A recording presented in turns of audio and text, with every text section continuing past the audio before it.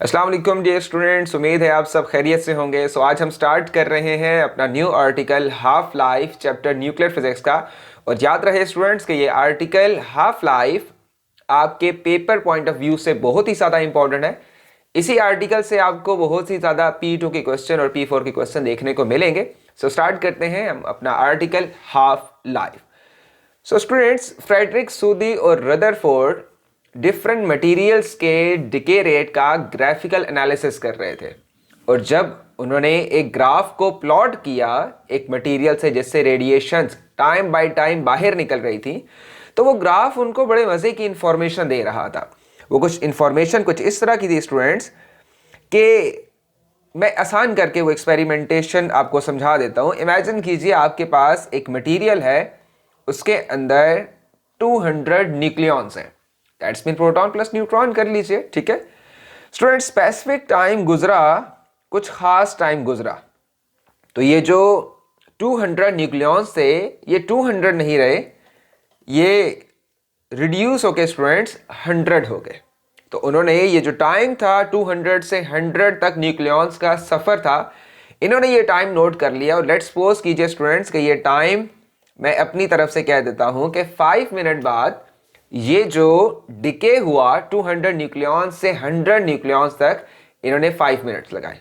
Alright students, अब होना तो ये चाहिए था स्टूडेंट्स के नेक्स्ट 5 मिनट में हमें 100 से 0 होते न्यूक्लियॉन्स नजर आते, लेकिन ऐसा नहीं हुआ स्टूडेंट्स। हुआ कुछ इस तरह कि ये जो 100 न्यूक्लियॉन्स थे ये रिड्यूस होके आफ्टर 5 मिनट्स ये 50 रह गए। इसके साथ ही नेक्स्ट 5 मिनट में अगेन होना स्टूडेंट्स ये चाहिए था कि ये मामला खत्म हो जाता और न्यूक्लियॉन्स ऑलमोस्ट फिनिश हो जाते, लेकिन हुआ अगेन कुछ इस तरह नहीं, और 50 से ये रिड्यूस होके 25 हो गए। एंड अगेन अगर आप 5 मिनट्स पॉज ऑन करें तो आपको स्टूडेंट्स यही रेशो जो है ये आपको 12.5 तक नजर आ जाएगी। अब ऑब्वियसली न्यूक्लियॉन्स पॉइंट में तो हो नहीं सकते, चूंकि वो डिस्क्रीट फॉर्म में है, लिहाजा मैं सिर्फ आपको समझाने के लिए इसको आप 12 कर सकते हैं, 13 कर सकते हैं। ऑलराइट, सो इस किस्म का जो एनालिसिस से जो रिजल्ट सामने आए वो कुछ इस किस्म के थे कि स्पेसिफिक टाइम गुजरता है। हालांकि मटेरियल्स का जो डिके है ये स्पॉन्टेनियस है, लेकिन कुछ खास टाइम बाद ये जो डिके रेट स्टूडेंट्स देखा गया है ये 200 से 100 होता है।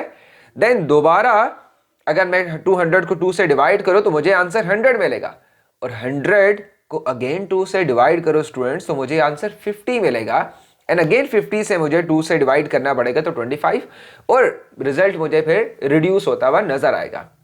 कुछ इसी तरह का कॉन्सेप्ट स्टूडेंट्स फिर इसको फाइनल किया गया, इन सारे रिजल्ट्स को डिफरेंट फार्मूलाज को डिपिक्ट किया गया, कुछ मैथमेटिकल वर्क डन किया गया।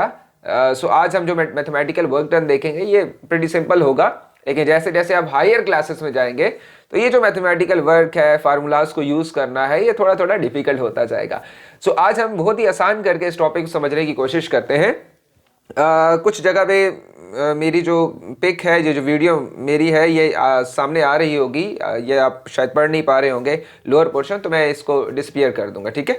बेटा अभी हम स्टार्ट कर रहे हैं अपना न्यू आर्टिकल हाफ लाइफ, और आप हाफ लाइफ के नाम से ही समझ गए होंगे कि जिस तरह मैं प्रीवियस स्लाइड के ऊपर डिवाइडेड बाय 2 करके अपने आंसर्स को निकालता जा रहा था, इसी को अब डेफिनेशन की फॉर्म में अगर कन्वर्ट करें और इसको एक टाइटल दे दें स्टूडेंट्स, तो टाइटल मुझे देना पड़ेगा हाफ लाइफ का, और इसको कुछ हम डिफाइन कुछ इस तरह से करते हैं कि it is the time required to decay half of parent nuclei into the daughter nuclei. Students, parent nuclei क्या होता है ये हम पहले बात कर चुके हैं। पेरेंट न्यूक्लियाई वो होता है जो कि अनस्टेबल होता है, ठीक हो गया।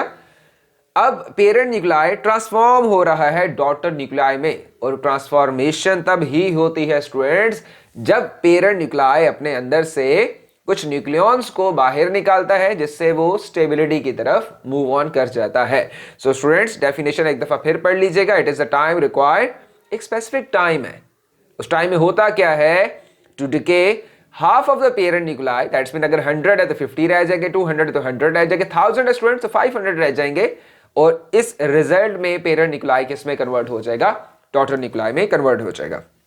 अब स्टूडेंट्स, हाफ लाइफ ही हमने इसको क्यों नाम दिया? हम हर मटेरियल्स की कंप्लीट लाइफ क्यों नहीं एक ही दफा स्टडी कर लेते? हम इसको फुल नाम भी तो, फुल लाइफ के नाम से भी तो एक टॉपिक बना सकते थे स्टूडेंट्स। इसमें बहुत सी रीजंस आपको मिल सकती हैं। एक छोटी सी रीजंस मैं आपको समझा देता हूं। ये जो मटेरियल का डिके है, ये मैंने आपको अल्फा डिके के टॉपिक में एक पूरा फ्लो चार्ट मैंने आपको दिखाया था, जिसमें आपने देखा था कि कई मिलियंस ऑफ ईयर्स लग जाते हैं मटेरियल्स को अनस्टेबल पॉइंट से स्टेबल पॉइंट के आने की तरफ। ठीक हो गया? सो ये एक शॉर्टकट टेक्निक है, हमें फौरन से समझ आ जाती है, मटेरियल की हाफ लाइफ से समझ जाते हैं कि ये मटेरियल जो है ये मजीद कितना टाइम लेगा कंप्लीटली स्टेबल पॉइंट तक जाने के लिए। याद रहे स्टूडेंट्स कि ये जो मटेरियल डिके हो रहा है, जैसे मैंने अभी आपको एक सैंपल एग्जांपल दी जिसमें आपको मैंने एक 100 अपनी एक वैल्यू एज्यूम की, 200 से 100 लाया, 250 लाया, देन 25 एंड देन 12.5 या 13 या 12, और फिर उसको हाफ करके हम 6 भी कर सकते हैं। तो ये एक एज्यूम वैल्यू है। ऐसा कभी नहीं होता कि जो मटेरियल है वो लगातार डिके करते करते बिल्कुल वैनिश हो जाए, खत्म हो जाए, डिस्पीयर हो जाए, ऐसा नहीं होता। मटेरियल अनस्टेबल से स्टेबल पॉइंट तक आता है। जैसे अगर मैं आपको समझाऊं, हालांकि ये टॉपिक हमने कर चुके हैं हम, जिसमें मैंने आपको समझाया था बेटा कि यूरेनियम से एक सफर चलता है और बीच में पोलोनियम बनता है, अल्फा डिके होता है, बीटा डिके होता है, ढेर सारे मल्टीपल डिकेज रिएक्शन होते हैं, और उसके बाद कहीं जाके हमें आयरन मिलता है, लेड मिलता है। ठीक है? अगर आपने वो फ्लो चार्ट नहीं देखा तो जरूर देखिएगा, थोड़ा सा आपको आइडिया हो जाएगा। तो जैसे ही मटेरियल स्टेबल पॉइंट पे आता है उसके बाद कोई डिके नहीं होता। सो ये जो टॉपिक है ये सिर्फ और सिर्फ कंसर्न है उस जर्नी का जिसमें मटेरियल अनस्टेबल जोन से स्टेबल जोन पे आ जाता है। आई होप सो कि यहां तक आपको बात सिंपल लगी होगी। So different materials have different constant half life ranging from the fraction of second to the millions of seconds। so ये बात मैं अभी आपको समझा रहा था कि बहुत से मटेरियल्स ऐसे होते हैं जिनमें मिलियंस ऑफ ईयर्स हमें लग जाते हैं डिके का प्रोसेस ऑब्जर्व करने में। ठीक हो गया? जैसे मैंने अभी आपको एग्जांपल दी। और कुछ मटेरियल्स ऐसे होते हैं जो कि डिके करने में मिली सेकेंड लगाते हैं या माइक्रो सेकेंड लगाते हैं, या विद इन सम सेकेंड्स वो स्टेबल पॉइंट तक चले जाते हैं। सो ये स्टूडेंट्स एक अंडरस्टैंडिंग के लिए इमेज आपके सामने दिया हुआ है, जिसमें आपके पास 100% आपको चीज नजर आ रही है, देन 50%, दैट 25%, दैट 12.5। ऑब्वियसली बेटा ये 12.5 तो नहीं होगी, इसको हम या 13 लिख देंगे या हम इसको 12 लिख देंगे। क्यों? क्योंकि जो न्यूक्लियॉन्स हैं, ऐसा तो नहीं होता कि 25 से 12.5 रह जाए, दैट्स मीन हाफ न्यूक्लियॉन या हाफ न्यूट्रॉन बीच में से कट जाए, आधा डिके हो जाए, आधा ना डिके हो, ऐसा नहीं होता। ऑब्वियसली आप, आई होप सो कि आपको समझ आ रही होगी। सो बेसिकली हम हाफ लाइफ देख रहे हैं मटेरियल्स के डिके होने का। सो यहां स्टूडेंट्स आप देखिएगा इस इमेज को, ये देखिएगा अनस्टेबल न्यूक्लियाई की कुछ आपको वैल्यूज गिवन है, कुछ डिके न्यूक्लियॉन्स की वैल्यूज गिवन है, कुछ हाफ लाइफ गिवन है। सो हाफ लाइफ यहां पे 2 सेकेंड है। इसका मतलब है हर 2 सेकेंड बाद जितने भी न्यूक्लियॉन्स है स्टूडेंट्स ये हाफ रह जाएंगे। अगर ये 1000 है तो 500 रह जाएंगे, अगर ये 500 है तो 250 रह जाएंगे। कुछ इस किस्म का जो रिजल्ट है हमें देखने को मिलेगा स्टूडेंट्स। ये टाइम चलता जा रहा है और याद रखिएगा कि हर 2 सेकेंड बाद इन न्यूक्लियॉन्स ने हाफ हो जाना है। सो अगर हमारे पास स्टार्टिंग में स्टूडेंट्स न्यूक्लियॉन्स, एक दफा दोबारा देख लेते हैं, स्टार्टिंग में अगर हमारे पास न्यूक्लियॉन्स स्टूडेंट्स 400 समथिंग थे, 500 समथिंग थे, देन 2 सेकंड बाद 250 हो जाएंगे और इस तरह ये चीज चलती रहेगी। यहां स्टूडेंट्स एक चीज आपने ध्यान से देखना है कि जो अनडिके न्यूक्लियाई हैं, जिनको हम पेरेंट न्यूक्लियाई कहते हैं, ये रिड्यूस होते जाते हैं टाइम बाय टाइम, और जो डिकेड न्यूक्लियाई हैं या जो डॉटर न्यूक्लियाई हैं ये इंक्रीज हो जाते हैं। आई होप सो स्टूडेंट्स कि यहां तक आपको कुछ ना कुछ समझ आया होगा। अगर नहीं समझ आया तो बार बार रिवाइंड करके देख लीजिए। आई होप सो कि ये चीज आपको अंडरस्टैंड कर पाए होंगे आप लोग। ठीक है? सो 4 बहुत ही मेजर पॉइंट है इसके। मैं अपनी जो पिक है उसको जरा गायब कर देता हूं ताकि आपको ये जो पीछे चीजें लिखी आपको नजर आ जाए। सो स्टूडेंट्स आपने ये 4 पॉइंट्स अपने जहन में जरूर रखने कि जैसे ही हाफ लाइफ कंप्लीट होती है, 1 हाफ लाइफ कंप्लीट होती है, उसके रिजल्ट में स्टूडेंट्स क्या देखने को मिलता है? देखने को यह मिलता है कि जो पेरेंट न्यूक्लियाई है स्टूडेंट्स हमारा, ये अब हाफ रह गया है। So the number of parent element nuclei become half. और याद रहे स्टूडेंट्स कि अगर आप किसी मटेरियल से प्रोटॉन नंबर को बाहर निकाल दोगे तो वो मटेरियल ओरिजिनल मटेरियल नहीं रहेगा, वो एटम ओरिजिनल एटम नहीं रहेगा, वो मॉलिक्यूल ओरिजिनल मॉलिक्यूल नहीं रहेगा।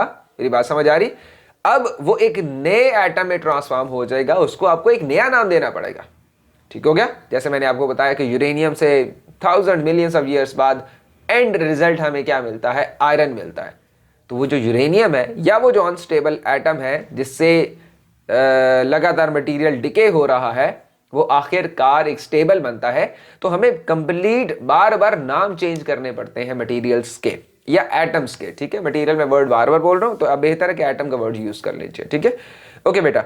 सो mass of parent element become half. तो सिंपल सी बात है, अगर एक न्यूक्लियस में 100 है और अब 50 है तो मास भी तो हाफ रहेगा ना। सो पहली चीज स्टूडेंट्स क्या क्या चीज होगी? Number of parent element nuclei becomes half. ठीक हो गया? न्यूक्लियॉन्स हाफ रह जाएंगे। दूसरे स्टेट पे हमने क्या पढ़ा? मास भी हाफ रह जाएगा। स्टूडेंट्स तीसरे पॉइंट पे हम क्या पढ़े हैं कि काउंट रेट भी हाफ रह जाएगा। काउंट रेट क्या होता है? काउंट रेट होता है स्टूडेंट्स के नंबर ऑफ रेडिएशंस या नंबर ऑफ पार्टिकल्स एमिटिंग पर सेकेंड या पर मिनट। ठीक हो गया? नंबर ऑफ पार्टिकल्स कह लो, नंबर ऑफ आप अल्फा बीटा भी कह सकते हैं, number of alpha particles, number of beta particle, जो भी चीजें एमिट हो रही है ना पर सेकंड, वो कितनी एमिट हो रही है उस चीज को हम काउंट रेट कहते हैं। ठीक हो गया? रेट का मतलब होता है विद रिस्पेक्ट टू टाइम आप चेक कर रहे हो। सो ये हमने डिटेल से गाइगर मुल्लर काउंटर के अंदर ये काउंट रेट को ऑब्जर्व किया था। ठीक हो गया students? Okay, the last point is ionising effect of parent element becomes half.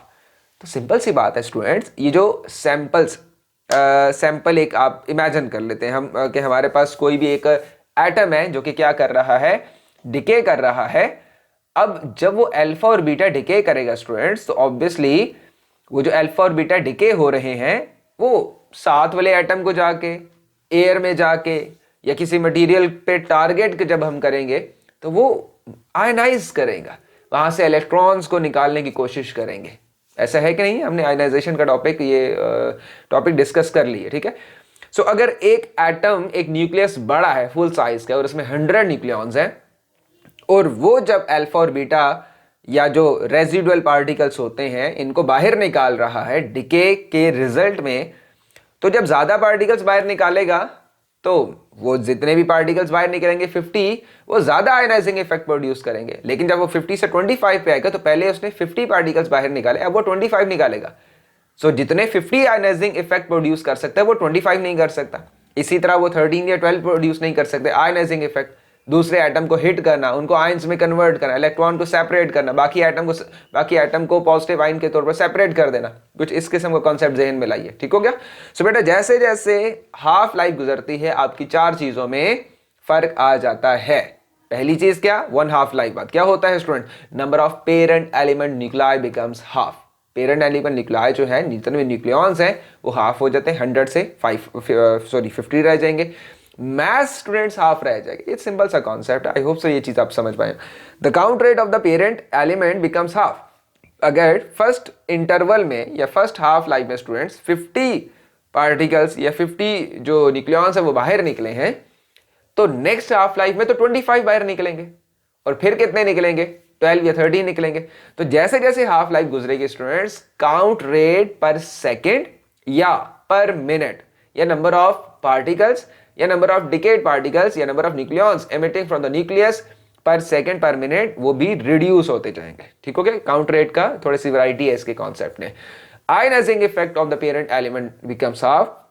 तो ऑब्वियसली टेंडेंसी है, एक बड़ा एटम है उसके वो जब रेडिएशंस को बाहर निकालता है, अल्फा बीटा को बाहर निकाल रहा है, गामा को बाहर निकाल रहा है, तो उसके रिजल्ट में अगर वो ज्यादा एलिमेंट्स को बाहर निकालेगा स्टूडेंट्स, ज्यादा पार्टिकल्स को बाहर निकालेगा, ज्यादा अल्फा बीटा और गामा पार्टिकल्स को बाहर निकालेगा, तो उसके रिजल्ट में क्या होगा? ज्यादा आयनाइजिंग इफेक्ट होगा। लेकिन अगर उसकी हाफ लाइफ 1 हो गई है तो अब वो कम पार्टिकल्स को बाहर निकालेगा एज कंपेयर कि वो स्टार्ट में जितने पार्टिकल्स को बाहर निकाल रहा था। सो स्टूडेंट्स हमने बहुत ज्यादा इस चीज को टाइम लगा दिया है, तो अब इनके कुछ फार्मूलाज की कंस्ट्रक्शन पे चलते हैं। यहां पे स्टूडेंट्स मैंने आपको वाई एक्सिस पे दे दिया है time. Okay, so number of parent nuclei. अच्छा, अब इसको जरा देखिएगा स्टूडेंट्स, जब भी आपके पास जो मटेरियल है उसके अंदर से पार्टिकल्स बाहर निकल जाते हैं तो जो रिमेनिंग स्टूडेंट्स रह जाते हैं ना उसको हम किससे रिप्रेजेंट करते हैं? आर से रिप्रेजेंट करते हैं। So it will be remained parent nuclei, जो बचे कुचे रह जाते हैं। Clear students? 100 है, अब 25 रह गए, तो 25 क्या है इस टाइम? रिमेन्ड पेरेंट न्यूक्लियाई है। और कितने बाहर निकल गए? 75। वो क्या है? वो है स्टूडेंट्स डिकेड न्यूक्लियाई है। ठीक हो गया? इसको जल्दी जल्दी करते हैं, 15 मिनट्स हो चुके हैं, वीडियो काफी लेंथी हो जाएगी फिर। ठीक है बेटा? So what is a? A is total number of nuclei. ठीक हो गया बेटा? तो अगर 25 आर है, रिमेन है, और 75 स्टूडेंट्स क्या है? डिकेड, बाहर निकल गए, डिके हो गए, तो इन टोटल को अगर ऐड करो तो 100 बन गए। और ये 100 क्या है? ये तो एक्चुअल है जो कि बिल्कुल स्टार्ट में थे। सो स्टूडेंट्स आपने बस इस बात को मैं दोबारा रिपीट नहीं करता, अगर आपको ये आर, डी और ए में फर्क समझ आ गया है तो बोले, इनको नहीं समझ आया तो जरा वीडियो रिवाइंड करके एक दफा ये जो ऊपर येलो कलर के शेड मैंने किया है इसको भी आप एक दफा दोबारा देख लें। सो बेटा remained parent nuclei divided by actual parent nuclei, ये हम रेशो निकाल लेते हैं। ये रेशो हमें क्या बताती है कि जो आपके पास रिमेन्ड और एक्चुअल है वो किस हद तक डिके हो चुका है। अगर आपके पास बेटा वैल्यूज 1 आएगी, आर ओवर ए की वैल्यू 1 आएगी, तो इसका मतलब है डिके नहीं हुआ। और वैल्यू अगर रिड्यूस होना शुरू हो जाएगी तो इसका मतलब है कि जो रिमेन आपके पास न्यूक्लियॉन्स हैं वो कम हो रहे हैं। क्यों? क्योंकि नॉमिनेटर कम हो रहा है, तो उसकी वजह से आपके पास वैल्यूज कम आना शुरू हो जाएंगे। क्यों? क्योंकि ऑलरेडी डिनोमिनेटर की value as compare to the upper जो हाफ लाइफ है उसमें वैल्यू, नीचे वाली वैल्यू तो कांस्टेंट, लेकिन ऊपर वैल्यू जो है बेटा वो रिड्यूस होना शुरू हो जाएगी, तो आपका आंसर ऑटोमेटिकली रिड्यूस होना शुरू हो जाएगा। ठीक हो गया बेटा? सो अब बेटा देखो, जीरो हाफ लाइफ मतलब जीरो टाइम, स्टार्ट हम इनिशियल टाइम है। अभी कोई एटम जो है अभी वो उसने डिके करना स्टार्ट नहीं किया, कोई उसकी हाफ लाइफ नहीं है, तो जो रिमेन है स्टूडेंट्स, यहाँ पे जो आर है, ओके, यहाँ पे जो स्टूडेंट्स आर हैं वो कितने हैं? आर इस टाइम है आपके पास 80, सो दिस इज आर। ठीक हो गया स्टूडेंट्स? ये आर हो गए, ये स्टूडेंट्स क्या हो गया? डी हो गया। डिकेड मतलब अभी कोई डिके नहीं हुआ। और जो एक्चुअल या पेरेंट न्यूक्लियाई हैं वो भी कितने हैं? वो भी 80 हैं। दैट्स मीन अभी प्रोसेस स्टार्ट ही नहीं हुआ, हम इनिशियल कंडीशन की बात करें। ठीक है? अगर इनकी रेशो निकाली जाए बेटा तो इसकी रेशो आती है 1। दैट्स मीन कि जितने रिमेन है, जितने रिमेन न्यूक्लियाई हैं उतने ही एक्चुअल हैं, तो कोई अभी लॉस नहीं हुआ, कोई बाहर नहीं हुआ, कोई डिके का प्रोसेस, कोई रेडिएशन बाहर नहीं निकली in the form of particles. Clear हो गया बेटा? ठीक है, अब आगे चलते हैं। जब स्टूडेंट्स एक हाफ लाइफ गुजरी, अब ये हाफ लाइफ डिपेंड करती है, 15 मिनट भी हो सकती है, 5 सेकंड भी हो सकती है, ये 100 ईयर्स भी हो सकती है, 500 ईयर्स भी हो सकती है। ठीक हो गया बेटा? सो फर्स्ट हाफ लाइफ बाद 80 को अगर आप 2 से डिवाइड करें तो बेटा आपका आंसर आ जाता है 40। तो अगर 40 रिमेनिंग रह गए हैं तो 40 लॉस भी तो हो गए ना, और जो चीज लॉस होके बाहर निकल जाती है स्टूडेंट्स उसको हम डी से रिप्रेजेंट करते हैं। And now your decayed nuclei is also 40 and as well as the remain parent nuclei is also 40। Clear हो गया? जबकि एक्चुअल कितने थे? एक्चुअल का मतलब है इन दोनों को ऐड कर लो, तो अगेन एक्चुअल तो बेटा आपके पास थे 80 थे। जब इनकी रेशो निकाली गई स्टूडेंट तो पहले रेशो का आंसर आया था 1, अब रेशो का आंसर आ रहा है स्टूडेंट्स 0.5। ऐसा है कि नहीं है? सो अगर इसका आंसर आ रहा है स्टूडेंट्स 0.5, ठीक हो गया, तो इसका मतलब क्या है कि पहले रेशो 1 थी, अब रेशो 0.5 हो गई। इसका मतलब है स्टूडेंट्स कि 50% जो पेरेंट न्यूक्लियाई हैं वो कन्वर्ट हो गए हैं डॉटर न्यूक्लियाई में, या 50% पेरेंट न्यूक्लियाई डिकेड हो गया है, कुछ भी आप समझ लें, लॉस हो गया है, कोई भी आप वर्ड यूज कर लें। सो अब बजाय इसके कि हम इसको पॉइंट्स की फॉर्म में स्टूडेंट्स लेके हम इसको लिख लेते हैं 1/2। ठीक हो गया? जो कि सिंपल सी बात है। आगे चलते हैं स्टूडेंट्स। अब इसके ऊपर पावर में क्या 1 लिख सकता हूं? मैं यहां पे 1 लिख देता हूं। ऑब्वियसली 1 लिखूंगा तो तब भी तो आंसर 1/2 आएगा।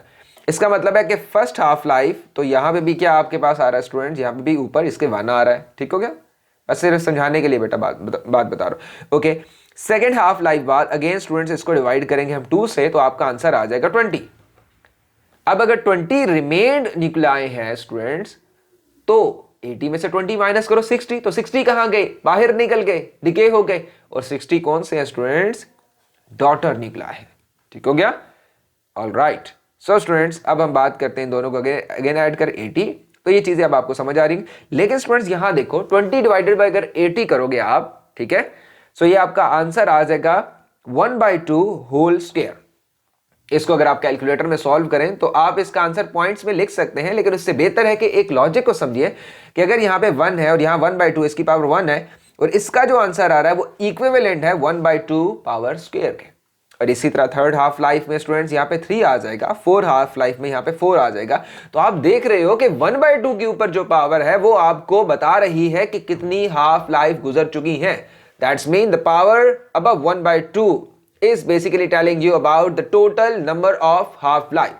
अगर 4 हाफ लाइफ है तो 1/2 के ऊपर पावर 4 आ गई है। अगर 3 हाफ लाइफ है स्टूडेंट्स तो 1/2 के ऊपर पावर 3 आ गई है। और अगर आप ये पॉइंट्स में आंसर निकालना चाहें तो आप निकाल के बेशक चेक कर लें, आपको आंसर हमेशा रिड्यूस होता हुआ नजर आएगा। इसका मतलब क्या हुआ स्टूडेंट कि जो रिमेन्ड पेरेंट निकला है वो डिक्रीज होते जा रहे हैं और जो डिकेड है वो इंक्रीज होते जा रहे हैं। इसी हो गया। अब स्टूडेंट्स हम एक फार्मूला बना लेते हैं nth हाफ लाइफ। अब हमें नहीं पता मटेरियल्स और कितना डिके हो सकता है, सो हम एक फार्मूला बना लेते हैं nth हाफ लाइफ का। हम ये बना लेते हैं कि 1/2 पावर हमने इसके ऊपर क्या लिख दी, n लिख दी। आई होप सो ये चीजें आपको नजर आ जाएंगी, ठीक है। सो अब बेटा हमारे पास एक फार्मूला बन गया कि हम जब भी r को d में ऐड करेंगे तो वो हमें क्या देगा, a देगा, actual number of, total number of या एक्चुअल नंबर ऑफ क्या देगा स्टूडेंट्स, न्यूक्लियाई देगा। ठीक हो गया। या एक्चुअल पेरेंट न्यूक्लियाई भी कह सकते हो, इनिशियल पेरेंट न्यूक्लियाई भी कह सकते हो। तो आपने 3 चीजों को साथ लेके चलना है। रिमेन्ड जो बचा कुचा इफेक्ट है, जो बची कुची चीजें रह गई है। डिकेड जो जाया हो गई है, बाहर निकल गई है। एक्चुअल जो सबसे पहली कंडीशन पे थी। 3 चीजें आपने साथ लेके चलनी। ओके स्टूडेंट्स, यहां से क्या मैं एक और फार्मूला स्टूडेंट्स नहीं बना सकता कि ये जो रेशो है ये 1/2 पावर n है, जबकि n आपको क्या बताता है, n आपको ये बताता है total number of half lifes के बारे में आपको गाइड करता है। ठीक हो गया स्टूडेंट्स। सो बेटा जल्दी से ये फार्मूलाज देख लेते हैं, ठीक है, फिर हम नेक्स्ट लेक्चर में इसके P4 के क्वेश्चन की तरफ जाएंगे। सो अब एक फार्मूला स्टूडेंट्स मैंने आपको बना दिया, r divided by a is equal to 1/2 n। और ये किस तरह बना, ये आपने अभी टेबुलेटेड फॉर्म में जितना भी रिजल्ट्स ऊपर लिखे हुए थे उससे आपने देख लिया कि किस तरह से ये रिजल्ट्स जो हैं ये बन रहे हैं। एक और स्टूडेंट्स फार्मूला आपने ये वाला देखा, r plus t is equal to a। I hope so ये दोनों फार्मूलाज आपको समझ आ गए होंगे कि जब भी रिमेन को डिके में ऐड करो तो एक्चुअली ही मिलता है आपको। ठीक हो गया बेटा। ओके, अब जरा ध्यान से देखिएगा, अगर मैं इस a को लेफ्ट साइड से राइट साइड लेके आ जाऊं कुछ इस तरह करके, दोनों साइड को a से डिवाइड कर दो, मैथमेटिक्स अप्लाई की है। सो ये a कैंसिल हो जाएगा, यहाँ पे स्टूडेंट्स 1 आ जाएगा। और तो क्या आपके पास ये फार्मूला नहीं बन गया? बिल्कुल स्टूडेंट्स बन गया। आपको थर्ड फार्मूला भी लिखना होगा, इसको नोट डाउन कर लीजिए। ठीक हो गया बेटा। अब ये मैथमेटिक्स है जहां पे आपको एक चीज फाइंड आउट करनी होगी, 2-3 चीजें गिवन होगी स्टूडेंट, तो आपने एक चीज को सब्जेक्ट बना के लेफ्ट साइड लिख लेना इक्वेशन के, बाकी सारी चीजों को स्टूडेंट्स आप राइट साइड ले जाओगे, मैथमेटिक्स के रूल्स अप्लाई कर दोगे। ठीक हो गया। एक न्यू फार्मूला जो स्टूडेंट्स आपने यहां से सीखना है वो है बेटा ये वाला फार्मूला। इसको मैं थोड़ा सा सही करके लिख देता हूं, n इज इक्वल टू, आप इस स्मॉल t को बेशक कैपिटल T से भी रिप्रेजेंट कर लें, कोई हर्ज नहीं है इसमें, t divided by t। Students यहां पे आप लिखेंगे 1/2। ये 1/2 आपको क्या बताएगा स्टूडेंट्स? ये आपको बताएगा हाफ लाइफ। हर क्वेश्चन में आपको हाफ लाइफ गिवन हो सकती है, तो आप t 1/2 से उसको रिप्रेजेंट करो। लेकिन याद रहे कि ये जो t 1/2 है स्टूडेंट्स, ये बड़ा सिंपल आइडेंटिफाई करना, वो खुद ही स्टेटमेंट में बता देगा कि इतनी इस मटेरियल या इस एटम की ये हाफ लाइफ है, तो आपको t 1/2 की वैल्यू गिवन हो जाएगी। स्टूडेंट्स जब भी वो टोटल टाइम की बात करेगा कि हाफ लाइफ है जी 2 मिनट्स, 10 मिनट बाद मामला क्या होगा, इस किस्म का क्वेश्चन अभी आएगा, तो बेटा आपने फौरन रिप्रेजेंट कर देना है किससे, इसी पॉइंट को t से रिप्रेजेंट कर देना कि टोटल टाइम हमारे पास ये है, एस्टिमेटेड टाइम ये है, एक्चुअल टाइम ये है। इस किस्म की जो बातें होंगी हम उसको कैपिटल या टोटल टाइम से हम रिप्रेजेंट करेंगे। सो स्टूडेंट्स ये लेक्चर हम यहीं तक स्टॉप करते हैं, तो फिर नेक्स्ट लेक्चर में इंशाल्लाह मिलते हैं। अल्लाह हाफिज़।